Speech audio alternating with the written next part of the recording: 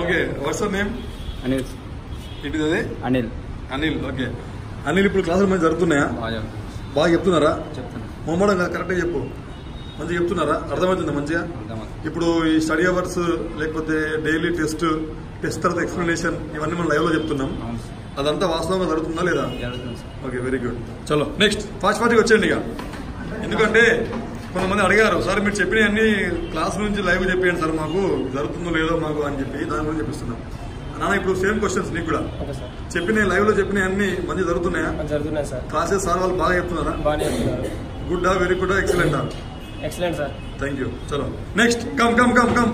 ఇట్లా మెల్లమెల్లకి కాదు, మొత్తం రండి ఇక ఒకటిసారి, టైం పడుతుంది లేకపోతే. గర్ల్స్ కూడా ఓకేనా? అంత పర్ఫెక్టా? క్లాసెస్ కానీ నీకు నేను లైవ్ లో చెప్పిన విషయాలన్నీ పర్ఫెక్ట్ గా ఇక్కడ నడుస్తున్నాయి అన్ని. స్టడీ అవర్స్ ప్రాక్టీస్ ఇదంతా వెరీ గుడ్. చలో next same question. Excellent, out standing. Thank you. మీరు ఇక్కడ నుంచి చెప్పండి అన్న. క్లాస్ బాగా చెప్తున్నారా? మంచిగా అర్థమవుతున్నాయా?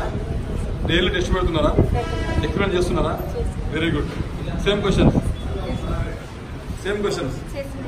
మంచిగా అర్థమవుతున్నాయా? సార్ వాళ్ళు బాగా చెప్తున్నారా? బాగా మొమ్మటానికి చెప్తున్నారా ఏమైనా? మీకు బాగుందా? Very good. మంచిగా చెప్తున్నారా? రోజు టెస్ట్ పెడుతున్నారా? రాస్తున్నారా? టెస్ట్ రాస్తున్నారా?